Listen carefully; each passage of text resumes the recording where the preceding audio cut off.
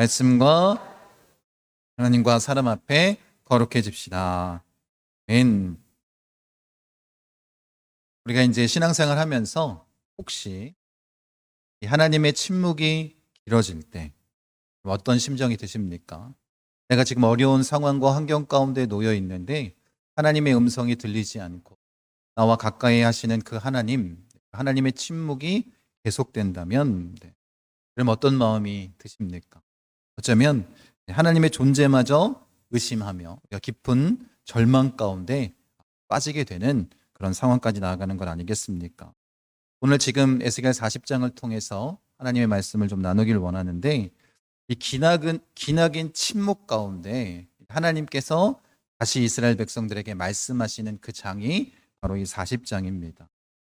이 절망의 한복판에서 하나님께서 소망의 메시지를 던져주고 있습니다. 이 환상의 배경을 보면 에스겔 전체를 좀 우리가 이해하는 데 도움이 됩니다. 에스겔 선지자는 아직 예루살렘이 함락되기 전에 포로로 끌려와서 이 바벨론 땅에서 부르심을 받았던 선지자였습니다. 그렇게 멸망을 향해 달려가는 유다 백성들을 향해서 하나님의 말씀을 전하는 사명을 감당했습니다. 그리고 이제 이 예루살렘이 완전히 멸망하게 되었습니다. 그 소식을 들은 후에 에스겔은 한 13년 동안 침묵하며 하나님의 말씀을 선포하지 않았습니다.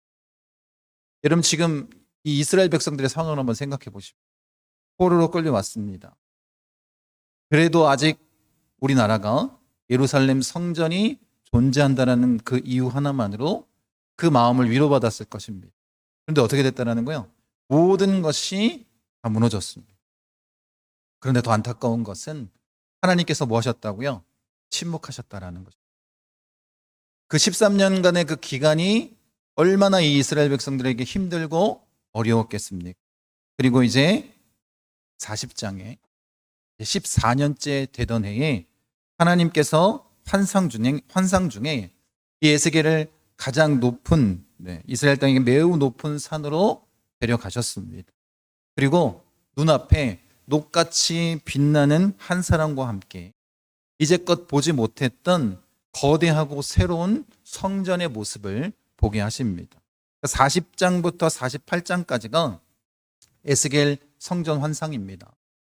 우리가 이것을 해석하기가 참 어려운 부분 중에 하나인데 이 환상의 목적은 너무나도 분명합니다. 지금 어때요? 이스라엘 백성들이 모든 것을 다 잃고 절망 가운데 깊은 그 슬픔 가운데 젖어 있었습니다.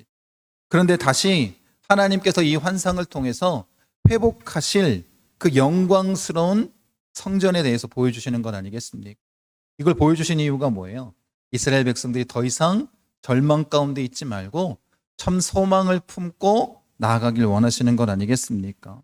그래서 이 성전 환상을 통해서 하나님께서 우리에게 분명히 주시는 말씀이 있고 또 오늘 우리가 읽었던 이 본문 말씀, 이 녹같이 빛나는 자의 이 말씀을 통해서 이스라엘 백성들뿐만 아니라 절망 가운데 있었던 이스라엘 백성들뿐만 아니라 이 시대를 살아가는 모든 그리스도인들에게 우리가 어떻게 영적으로 바로 서야 되는지 그 메시지를 선포해 주고 있습니다. 첫 번째는 이렇게 말씀하십니다. 인자야 내가 내게 보이는 그것을 눈으로 보고 이렇게 말씀하십니다.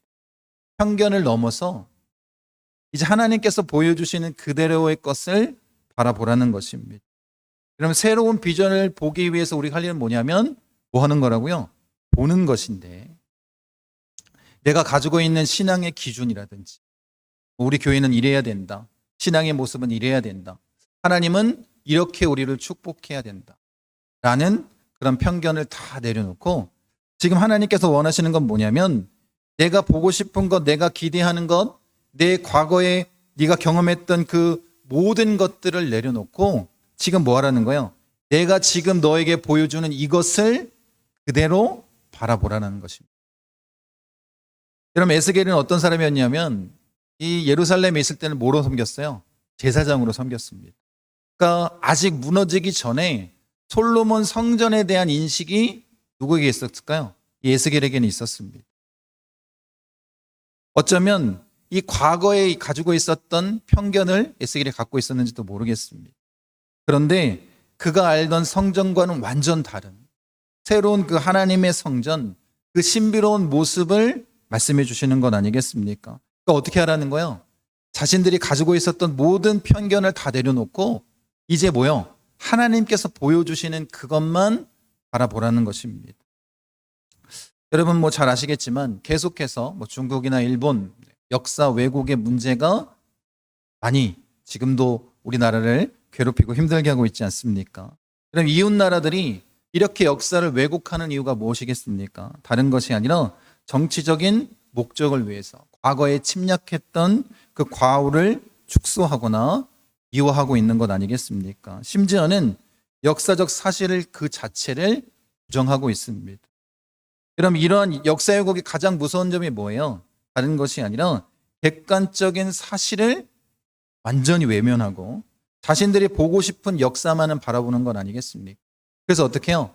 자기 나라의 유익이 되게끔 그것을 이야기하고 있습니다. 이것은 뭐 이 세상의 문제뿐만 아니라 우리 신앙생활에도 이런 영적인 역사 왜곡이 굉장히 많이 일어나고 있다는 것입니다. 내가 보고 싶은 것만 보는 건 아니겠습니까? 하나님 어떤 분이라고요? 한없이 우리에게 사랑을 주시고 또 복을 주시고 내가 원하는 것을 채워주시는 분, 그 반쪽짜리 하나님만 우리가 바라보고 있는 것은 아닙니까? 하나님 우리를 사랑하시기도 하지만 어떤 분이에요? 우리를 심판하십니다. 공의의 하나님 아니시겠습니까? 우리가 죄 가운데 있다면 반드시 그 죄에 대해서 물으시는, 심판하시는 어미하신 하나님이라는 것을 우리가 알아야 되는 것 아니겠습니까? 그런 우리도 어떻게 하자는 거예요? 우리 역시 이런 영적인 왜곡 없이 하나님을 있는 모습 그대로 바라볼 수 있는 자가 되기를 원합니다. 지금 그래서 에스겔에게 녹과 같이 빛나는 자가 말한 것이 다른 것이 아닙니다. 내가 지금 내게 보여주는 나의 온전한 모습을 있는 그대로 보라라는 거예요. 여러분 이 보라라고 번역된 이 히브리어는 주의하다, 똑바로 바라보다라는 그런 의미가 있습니다. 여러분 지금 우리가 이제 환상의 내용을 전체를 다 다루지는 않겠지만 이전의 율법이라든지 성전의 모습과 전혀 다른 새로운 성전에 대해서 이야기를 하고 있습니다. 성전에서 흘러나온 그 물이 강이 되어서 죽음의 바다였던 사해를 살리는 장면도 보여주시고 또 이스라엘 12지파에게 땅을 분배하시는데 레위 지파에게까지 땅을 분배하는 모습도 보여주십니다. 성전의 위치가 도시의 중심이 아니라 북쪽에 위치하는 그런 모습도 보여주십니다. 이게 어떻다라는 거예요? 에스겔이 가지고 있었던 율법의 모습이나 이전의 성전의 모습과는 전혀 다른 새로운 성전의 모습을 보여주고 계신 것 아니겠습니까? 그런데 에스겔이 자신이 가지고 있었던 그 편견, 자신이 생각하고 알고 있었던 그 율법에 빗대어서 바라본다면 이 하나님의 비전, 하나님의 환상을 온전히 바라볼 수 없는 것 아니겠습니까? 우리 역시 그렇습니다. 우리가 하나님의 말씀을 온전히 바라보기를 원합니다. 내 생각과 편견은 다 내려놓고 하나님의 뜻이 무엇인지를 온전히 바라보는 자가 되기를 원합니다. 그러니 이 눈으로 바라보라는 것은 뭐예요? 있는 모습 그대로 새로운 계시를 그 환상을 그대로 받아들여라 라고 말씀하시는 것 아니겠습니까? 여러분 모세가 떨기나무 불꽃 가운데 하나님을 만났습니다. 그가 뭐라고 얘기하냐면 내가 돌이켜 가서 이 큰 광경을 보리라 라고 말합니다. 이전하고는 내가 경험하지 못했던 그런 모습 아니겠습니까? 그러니까 어떻게 하겠다는 거예요? 내가 주목하여 바라보겠다라는 거예요. 주의하여 바라보겠다라는 거예요. 하나님께서 뭐라고 말씀하시는지 그 영광을 바라보는 것 아니겠습니까? 그러면 사도 바울이 다메섹으로 끌려가다가 다메섹에 이 기독교인들을 잡으러 가다가 누굴 만나요? 예수님을 만납니다. 그리고 강력한 빛 가운데 눈이 멀게 되는 것 아니겠습니까? 여러분 지금 이 바울은 과거에 자신이 가지고 있었던 율법주의적인 편견과 교만으로 가득했습니다. 그래서 하나님께서는 어떻게 하신 거예요? 그 눈을 아예 멀게 하신 것 아니겠습니까? 그 눈이 멀어버리자 이제 뭘 볼 수 있었던 거예요? 자신의 모든 편견과 그 율법적인 지혜와 지식을 다 내려놓고 하나님이 뭐라고 말씀하시는지, 예수 그리스도가 누구이신지 새롭게 바라볼 수 있었던 것 아니겠습니까? 여러분, 우리에게 이런 바라봄이 필요합니다. 여러분이 가지고 있었던 모든 편견들, 과거의 경험들, 내가 했던 신앙생활의 모든 모습들을 내려놓으십시오. 그리고 어떻게 해요? 하나님께서 말씀하시는 그것을 온전히 바라보기를 원합니다. 그 익숙한 상자에서 나와서 하나님께서 우리에게 말씀하시는 새로운 말씀들을 받아들일 수 있는 준비된 자들이 되기를 원합니다. 여러분이 뭐 해야 된다고요? 영적으로 주의하여 하나님의 말씀을 그대로 바라볼 수 있는 자가 되기를 원합니다. 두 번째 영적인 가르침은 뭐냐면 귀로 들으며, 이렇게 얘기합니다. 두 번째 단계는 뭐냐면 듣는 것 아니겠습니까? 여러분, 보는 것은 어때요? 외부를 향한 관찰이라면 듣는 것은 내면을 향한 순종의 모습으로 나아가는 것입니다. 이제 이 천상의 안내자가 에스겔에게 생각과 감정, 절망적인 내면의 소리를 잠재우고 뭘 하라는 거예요? 지금 하나님이 들려주시는 이 음성에만 귀를 기울이라 라고 말씀하고 있습니다. 여러분, 이 40장부터 48장까지 읽어보셨다면 충분히 아시겠지만 어떤 내용이 많이 기록되어 있냐면 성전의 그 모습들을 아주 자세하게 치수까지 다 이야기를 합니다. 이 말씀을 읽으면 매우 지루할 수밖에 없습니다. 그런데 중요한 건 이것입니다. 왜 이 모든 것을 세세하게, 아주 자세하게 하나님께서 설명해 놓고 계시겠습니까? 그건 다른 것이 아니라 하나님께서 이제 이스라엘 백성들을, 우리를 구원하시는데 그 구원 계획을 어떻게 세우셨다는 거예요? 아주 철저하게, 자세하게 그렇게 세우고 진행하신다라는 거예요. 그러니 우리는 뭐 하면 된다고요? 그 하나님의 말씀을 듣는 자가 되길 원합니다. 경청하는 자가 되기를 원합니다. 여러분, 우리는 인류 역사상 가장 소음이 많은 시대에 지금 살고 있습니다. 여러분, 항상 이 스마트폰을 들고 사시지 않습니까? 여기서 들리는 소음을 한번 생각해 보십시오. 계속해서 우리가 그런 소리들을 듣지 않으면 불안정한 상태를 느끼기까지 합니다. 유튜브가 됐든 여러 방면으로 우리가 그렇게 소음 중독에 빠져 있는 것은 아닌지 모르겠습니다. 그러니까 어때요? 많은 사람들이 누군가의 말을 듣기보다 뭐 하길 원할까요? 자기의 말을 하기 원하는 그런 시대가 되어버린 것 같습니다. 그런데 하나님께서 이 경청의 모습, 귀로 잘 들으라, 이것이 신앙에 필요하다라고 말씀하시는 것 아니겠습니까? 여러분, 우리가 한번 잘 생각해 보십시오. 여러분이 하고 있는 그 기도의 모습, 어떤 기도를 많이 합니까? 하나님 앞에 끊임없이 우리의 요구를 말하고 있는, 이런 말하는 기도에 우리가 너무 익숙하지 않습니까? 그런데 성경에서 말하고 있는 그 기도의 핵심적인 모습은 뭐냐면 뭘까요? 하나님의 음성을 듣는 것입니다. 듣는 기도를 하는 것을 하나님께서 원하시는 거예요. 근데 우리의 기도는 어떻다고요? 하나님 앞에 앉아서 크게 부르짖고 내가 필요한 것들만 말하고 있는, 말하는 기도로 멈춰 있다면 이제 어떻게 하길 원하신다고요? 하나님의 음성을 듣는 자가 되길 원합니다. 기도할 때뿐만 아니라 우리가 성경을 읽을 때도 마찬가지입니다. 성경을 읽을 때도 내가 원하는 말씀, 내가 좋아하는 말씀, 내가 축복받기 원하는 말씀만을 찾아서 읽고 있다면 그건 역시 하나님의 음성을 듣지 않는 것 아니겠습니까? 여러분, 그러니 중요한 것, 이제 그 소음의 모든 목소리를, 모든 소리를 잠깐 내려놓고 뭐 하라는 거예요? 하나님의 말씀에 경청하라는 거예요. 그 말씀을 듣는 자가 되기를 원합니다. 오스왈드 챔버스가 그의 묵상집 주님은 나의 최고봉에서 이런 이야기를 합니다. 그리스도인의 삶에서 듣는 것의 중요성을 계속해서 반복합니다. 그러면서 기도는 우리가 하나님께 말하는 것이기 이전에 하나님께서 우리에게 말씀하시도록 잠잠히 기다리는 것이다, 이렇게 얘기를 합니다. 그리고 하나님의 음성을 듣는 것을 방해하는 가장 큰 장애물은 바로 우리 자신의 생각과 활동으로 가득 찬 우리의 분주한 마음이다. 여러분, 우리가 하나님의 뜻을 알기 위해서 더 많이 활동해야 된다고 착각하는 것 같습니다. 하나님 앞에 뭔가를 더 드려야 된다라고 생각하는 것 같습니다. 그래서 우리의 마음이 어떻다고요? 너무 분주하게 신앙생활하고 있다라는 거예요. 지금 이 말씀의 핵심은 뭐냐면 그 분주한 모든 것들을 다 내려놓고 가장 먼저 해야 될 것이 뭐라는 거예요? 그 하나님의 음성에 귀를 기울이라는 거예요. 그럴 때 우리가 하나님의 음성을 들을 수 있는 건 아니겠습니까? 여러분, 이 들으라라는 단어는 여러분이 잘 아는 쉐마라는 그런 단어입니다. 하나님을 사랑하라 라고 외치며 말씀해 주셨던 신명기 6장의 말씀. 여러분, 이 쉐마는 단순히 듣는 물리적인 듣기를 말하는 것이 아닙니다. 주의를 기울여서 듣고 이해하고 이제 목까지 나아가는 거예요. 그 말씀에 순종하는 모습까지 드러내는 것. 이것이 쉐마라는 단어가 가지고 있는 의미입니다.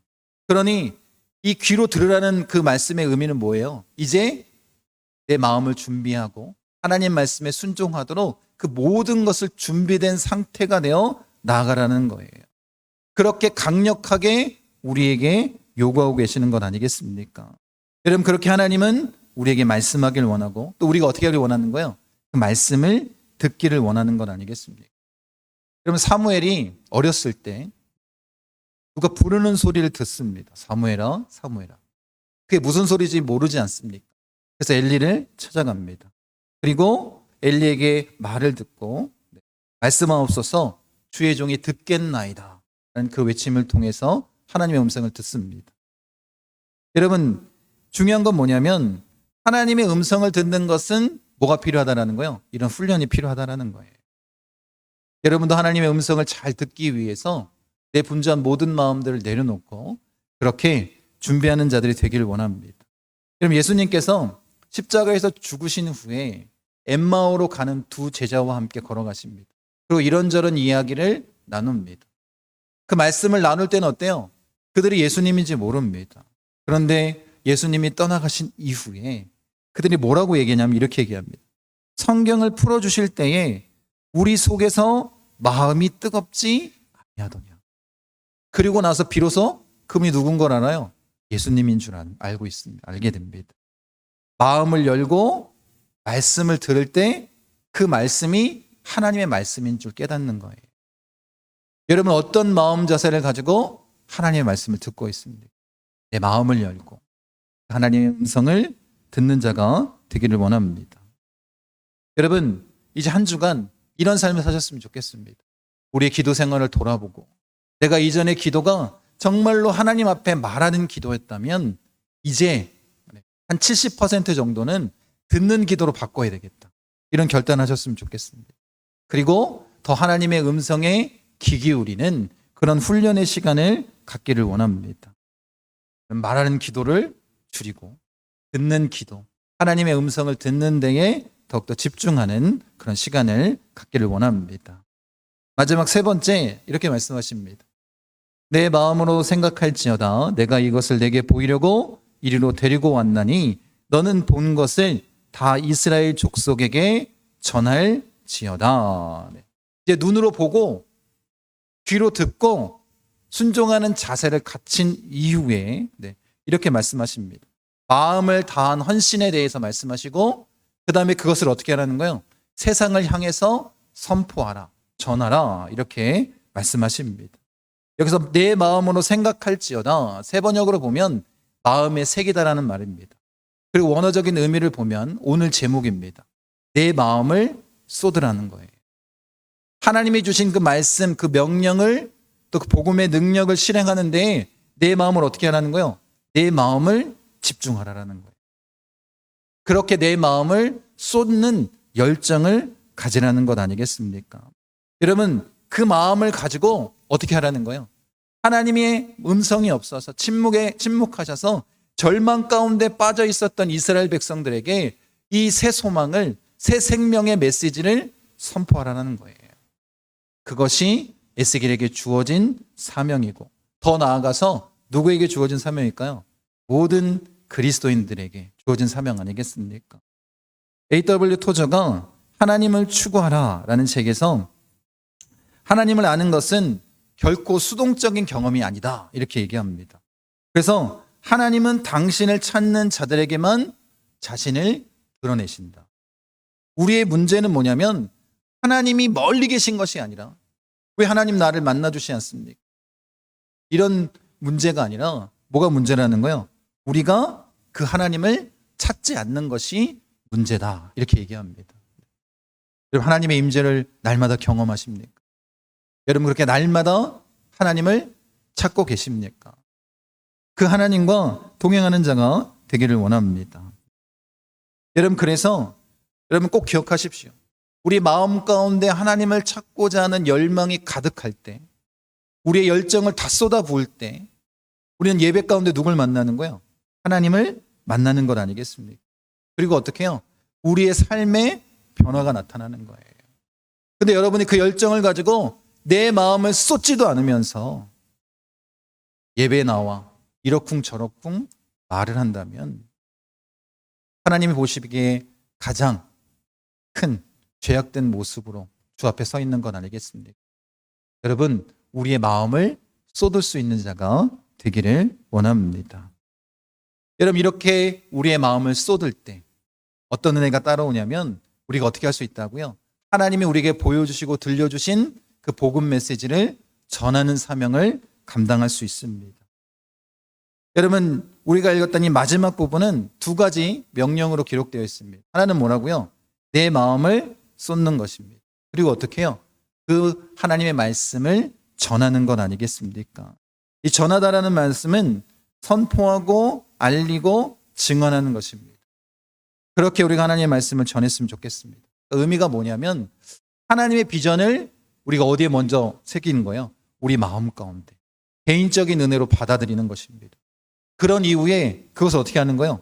공적으로 선포하는 건 아니겠습니까? 이것이 복음의 기본 진리 아니겠습니까? 내가 먼저 뭐 해야 되는 거예요? 은혜를 받아야 되는 건 아니겠습니까? 여러분 그 마음의 열정으로 그렇게 정말로 하나님 앞에 그 모든 것을 다 쏟아내시는 분들 되기를 원합니다. 마음에 새기고 전하는 자가 되기를 원합니다. 여러분 사도들이 예수님이 부활하신 이후에 이제 복음을 선포하며 나아갔습니다. 공회에 잡혀가게 됐습니다. 그리고 핍박받을 때에 그들이 한 이야기가 무엇인지 아십니까? 우리는 보고 들은 것을 말하지 아니할 수 없다. 이렇게 얘기합니다. 여러분 정말 예수님을 통해서 자신의 마음을 다 쏟고 그 복음의 능력을 경험했습니다. 그러니까 어떻게 한다고요? 세상에 핍박한다 할지라도 내가 보고 들은 것을 말하지 않을 수 없다. 이렇게 말하는 것 아니겠습니까? 사도 바울도 마찬가지입니다. 고린도 교회에 만일 내가 복음을 전하지 아니하면 내게 화가 있을 것이다. 여러분 정말로 그렇게 열정을 다하여 하나님의 말씀을 듣고 그 마음을 다 쏟아부었습니다. 그리고 어떻게 한다는 거예요? 나는 보고 들은 것을 말할 수밖에 없다. 복음을 전하지 않으면 나에게 화가 미칠 것이다. 이런 마음이 우리에게 있습니까? 여러분들은 그런 마음을 가지고 주의 복음을 선포하고 살아내십니까? 그것이 지금 하나님께서 말씀하시는 건 아니겠습니까? 여러분 이 말씀을 통해서 우리에게 분명히 전하시는 건 뭐냐면 다른 것이 아닙니다. 우리의 마음을, 우리 마음의 방향을 재설정하라는 거예요. 어떻게 재설정합니까? 하나님께서 보여주시는 것을 있는 그대로 보는 거예요. 또 하나님의 임성을 귀담아서 듣는 거예요. 듣고 순종하는 삶을 살아내는 것입니다. 그리고 거기에 뭘 쓰는 거예요? 우리의 마음을 다 쏟아내는 거예요. 그리고 나서 하나님께서 우리에게 주셨던 그 비전의 메시지를 전하는 것 아니겠습니까? 정말로 이스라엘 백성들처럼 그 멸망당한 땅 가운데 하나님의 음성도 들리지 않고 깊은 절망 가운데 있는 그들에게 이 생명의 메시지를 전하는 것 아니겠습니까? 누가 한다고요? 옆에 있는 사람이 하는 게 아니라 내가 하는 것 아니겠습니까? 여러분들이 다 그 사명을 부여받은 자들 아니겠습니까? 그렇다면 그렇게 절망의 땅에서 비전을 보는 자가 되길 원하고 절망에 빠져 있는 자들에게 그 비전을 선포하는 자들이 되기를 원합니다. 여러분 지금도 마찬가지입니다. 우리 주변은 어때요? 이 절망의 소식, 여전히 이 절망의 소식들로 가득한 것 아니겠습니까? 그런데 하나님께서는 그 절망의 한복판에 항상 뭘 주신다고요? 하나님의 그 소망을, 비전을 우리에게 주시는 것 아니겠습니까? 그것을 보고 듣는 자 되십시오. 말씀으로 쏟아내십시오. 그리고 그렇게 하나님의 말씀을 전하는 그 사명을 감당하길 원합니다. 여러분, 우리가 세상의 뉴스가 아닌 하나님의 비전을 보기 시작할 때, 우리가 세상의 소음이 아닌 하나님의 음성을 듣기 시작할 때, 그리고 우리가 세상의 가치가 아닌 하나님 나라의 비전, 그 비전을 향해 우리의 마음을 쏟기 시작할 때 우리는 더 이상 절망의 포로가 아닙니다. 소망을 전하는 하나님의 도구가 되는 건 아니겠습니까? 여러분, 이것을 꼭 기억했으면 좋겠습니다. 여러분의 정체성이 무엇인지를 깨닫길 원합니다. 하나님께서 말씀하시는 것, 보여주시는 것을 보고 또 귀로 듣고 마음을 쏟아내십시오. 그리고 하나님의 도구로 그 사명을 감당하는 목구순복음 중앙교회 성도님 되시기를 간절히 축원드립니다.